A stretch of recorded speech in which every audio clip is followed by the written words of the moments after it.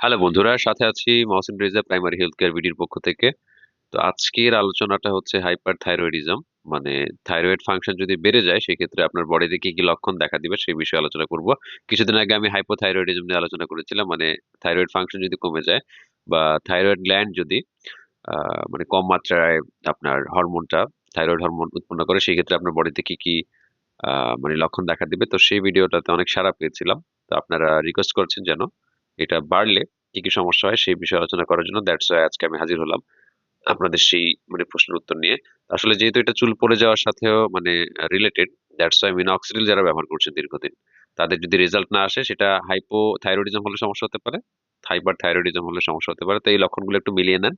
যদি দেখেন এই লক্ষণগুলো আপনার সাথে মিলে যাচ্ছে, সেই ক্ষেত্রে আপনি কিন্তু আর দেরি করবেন না। আপনি অবশ্যই থাইরয়েড ফাংশন টেস্ট গুলো করিয়ে নেবেন।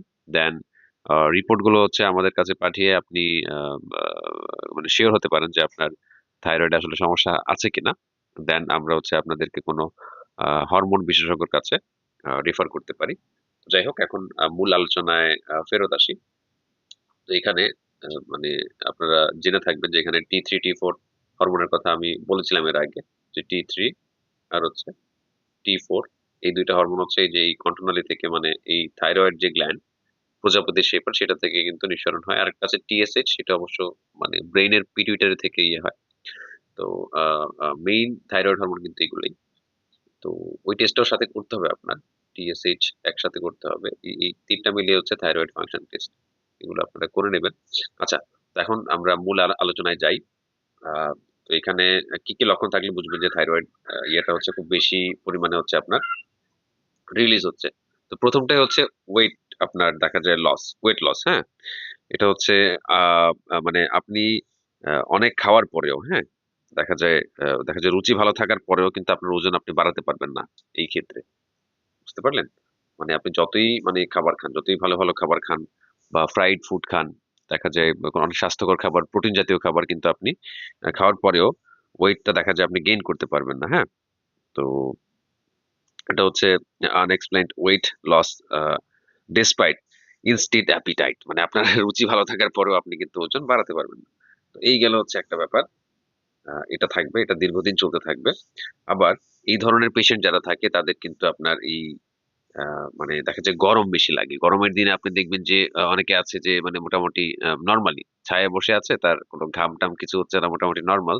অনেকে আছে দেখা যায় একটু গরম সহ্য করতে পারে না, ফ্যানের নিচ থেকে আপনার বেরোলেই দেখা যায় সে একবারে ঘেমে একাকার হয়ে যায়। তো সেই ক্ষেত্রে এটাও কিন্তু একটা লক্ষণ হইতে পারে হাইপার থাইরয়েডিজমের। তো এখানে কোনোভাবেই মানে সে মানে ফ্যানের নিচ ছাড়া, ঠান্ডা জায়গা ছাড়া থাকতে পারে না। তার এক্সেসিভ হচ্ছে সোয়েটিং হয়, ঠিক আছে? And inability to tolerate heat, মানে গরম সহ্যই করতে পারে না। তো এটাও খুব একটা ডেঞ্জার সাইন। দেন আরো একটা সমস্যা হচ্ছে যে অ্যাংজাইটি অ্যান্ড ইরিটেবিলিটি। তো এটাও মানে বেশিরভাগ ক্ষেত্রে থাকে যে মানে খুব মানে দেখা যায় খুব বেশি অবসাদে এই ধরনের পেশেন্টরা ভুগে থাকে। দেন নার্ভাস হয়ে যায়। দেন আপনার দেখা যায় হাত কাঁপে, এরকম হতে পারে। যে কোনো কাজে বিরক্ত ফিল করে। এটা হলেও, এটা যদি দীর্ঘদিন চলতে থাকে সেক্ষেত্রে কিন্তু আপনি সাবধান হতে হবে বা থাইরয়েড টেস্টের কথা চিন্তা করতে হবে। দেন মোস্ট ইম্পর্টেন্টলি যেটা হচ্ছে যে আপনার হার্ট বিটটা খুব দ্রুত হবে। এটা অলমোস্ট আপনার 100 মানে বিপিএম বিপিএম এর উপরে চলে যাবে, 100-র উপরে চলে যাবে, ঠিক আছে? তো আপনি এটা কিভাবে টেস্ট করবেন, সেই ক্ষেত্রে আপনি ইউটিউব থেকে ভিডিও দেখে নিতে পারেন বা আমি একটা ভিডিও করে দেবো। আপনার যদি পালস অক্সিমিটার থাকে বাড়িতে, সেক্ষেত্রে আপনি তো মাপতেই পারবেন। বা ডিজিটাল ব্লাড প্রেশার মনিটর, এই মেশিন গুলো থাকলে কিন্তু আপনারা এটা পরিমাপ করতে পারবেন খুব সহজেই। আর না হলে এমনিতেও ম্যানুয়ালি আপনি ইয়ে করতে পারবেন। আমি দেখাবো এটা অন্য একটা ভিডিওতে। তো সবচেয়ে ভয়ঙ্কর একটা মানে লক্ষণ যেটা হচ্ছে যে দেখেন, এই যে বাল্গিং আইস, এটা খুবই ভয়ঙ্কর। মানে আমরা সাধারণত ভয় দেখানোর জন্য অনেক এরকম চোখ বের করে বাচ্চাদেরকে ভয় দেখানোর জন্য এরকম অনেক সময় অ্যাক্ট করি না? তো এটা কিন্তু বাস্তবে হয়ে যায়। এটা একবারে হয়ে যায়। এটা এরকম হয়ে গেলে দেন আপনার আহ, বুঝতে হবে যে থাইরয়েডের সমস্যা হচ্ছে। মানে থাইরয়েড হরমোন খুব বেশি পরিমাণে হচ্ছে রিলিজ হচ্ছে। এটা খুবই মানে দেখতে খুব খারাপ লাগে, খুব ভয়ঙ্কর লাগে বিষয়টা। ঠিক আছে? তো এই ধরনের সমস্যা যাদের হচ্ছে ভিজিবল, তারা কিন্তু দেরি করবে না কোনোভাবেই।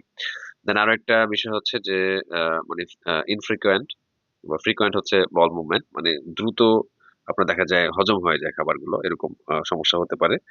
দেন হচ্ছে আপনার আহ, খুব বেশি পরিমাণে হচ্ছে ডায়রিয়া, খাবার অনেক ক্ষেত্রে হজম নাও হতে পারে ঠিক মতো, মানে ডাইজেস্টিভ মানে ট্র্যাক্টে আপনার সমস্যা থাকবে, পাশাপাশি খুব বেশি পাতলা পায়খানা আপনার হবে। ঠিক আছে, এটাও গেল একটা।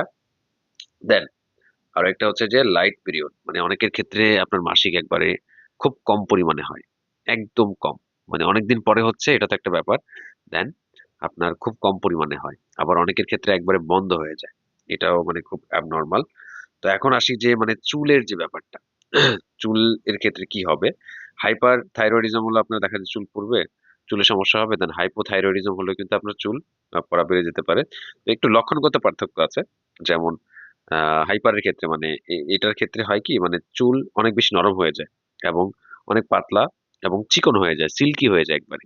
ধরেন আপনার চুল আগে মোটা ছিল, আপনি বলেন, অনেকেই বলেন যে আগে তো অনেক মোটা ছিল আমার গোড়া, কিন্তু রিসেন্ট হচ্ছে খুব চিকন হয়ে গেছে। তো এটা কিন্তু আপনার এই যে হাইপার থাইরয়েডিজমের কারণে হতে পারে। দেন হচ্ছে পুরো মাথার চুল আপনার পাতলা হয়ে যাবে, যে এমন না যে স্থানীয়ভাবে এদিকে ওইদিকে একটু প্যাচি হেয়ার আসছে বা এই হচ্ছে সেই হচ্ছে, এরকম এরকম না, পুরো মাথার চুলটাই আপনার একদম পাতলা হয়ে যাবে। দেন দেখা যায় অনেক ক্ষেত্রে মানে হাইপার থাইরয়েডিজমের ক্ষেত্রে যেটা হয়, একটু আগে যেটা বললাম, যে আপনার মানে অতিরিক্ত ঘামের যে ব্যাপারটা সেটা কিন্তু আসে, অতিরিক্ত ঘাম হয়, অতিরিক্ত ঘাম হয়। তো এটা আপনার মানে খুবই লক্ষণীয়, কারণ অনেকের মধ্যে আমি এটা দেখছি যে গরম সহ্যই করতে পারে না। তো এই ঘামের কারণেও কিন্তু আপনার দেখা যায় ওই স্ক্যাল্প এরিয়া, মাথা তো এমনিতে ঢাকা থাকে, খুব বেশি পরিমাণে ঘামে, দ্যাটস ওয়াই চুলগুলো আস্তে আস্তে পাতলা হতে থাকে। তো এই লক্ষণগুলো যদি আপনার মধ্যে দেখা যায়, তাহলে কিন্তু আপনার করতে হবে এই যে থাইরয়েড ফাংশন টেস্ট। আমি আগেই বলছি যে থাইরয়েড ফাংশন টেস্ট, এই যে T3 T4, আবার এখানে লিখি স্পষ্টভাবে, T3 T4 আর হচ্ছে TSH, এই টোটাল তিনটা টেস্ট হচ্ছে আপনার থাইরয়েড ফাংশন টেস্ট বলা হয় আর কি। এগুলো আসলে হসপিটাল বা হচ্ছে ডায়াগনস্টিক সেন্টার ভেদে আপনার তিনটা টেস্ট হয়তো বা 3600, আমাদের এখানে লোকাল হসপিটাল গুলোতে 3600 করে রাখে। সরকারিতে করতে গেলে আপনারা আরো কমে করাতে পারবেন, বাট প্রাইভেট ক্লিনিকে হচ্ছে এক এক জায়গায় হচ্ছে এক এক রেট হতে পারে। আর অবশ্যই আপনারা চেষ্টা করবেন অন্তত খালি পেটে স্যাম্পলটা দেওয়ার জন্য। আর যারা হচ্ছে বায়োটিন সাপ্লিমেন্ট নিচ্ছেন, তারা অন্তত 4-5 দিন আগে বায়োটিন সাপ্লিমেন্টটা নেওয়া বন্ধ রাখবেন, না হলে আপনার এই টেস্টের রেজাল্ট উল্টাপাল্টা আসতে পারে। আর টেস্টের রেজাল্ট উল্টাপাল্টা মানে আপনার চিকিৎসাও হবে উল্টাপাল্টা, মানে আপনার যদি এই সমস্যা থাকে সেই ক্ষেত্রে আপনাকে তো ডাক্তার সাহেব ওষুধ দিয়ে দেবে, তো ডোজ অ্যাডজাস্ট করতে সমস্যা হবে। দ্যাটস ওয়াই আপনি বায়োটিন খাওয়া অফ রাখবেন। দেন আরো কিছু রেস্ট্রিকশন আছে, সেগুলো আমি আরো একটা ভিডিওতে মানে বর্ণনা করব। তো আজকের ভিডিওটা আমি শেষ করছি। তারপরেও তার কারো যদি কোনো প্রশ্ন থাকে সেই ক্ষেত্রে আপনারা এখানে প্রশ্ন করতে পারেন। ফ্রি সময়ে আমাদের টিম চেষ্টা করবে আপনাদের প্রশ্নের উত্তর দেওয়ার। আর চুলের ব্যাপারটা যেটা বললাম, এটা খুবই খেয়াল করবেন। আমি আরো একটা ভিডিওতে এরকম নিয়ে আসবো, যে হাইপার আর হচ্ছে হাইপোথাইরয়েডিজমের চুল পড়ার ধরনগুলো নিয়ে আলাদা একটা ভিডিও বানাবো। তো সেই ক্ষেত্রে আপনারা আরো ক্লিয়ার হয়ে যাবেন।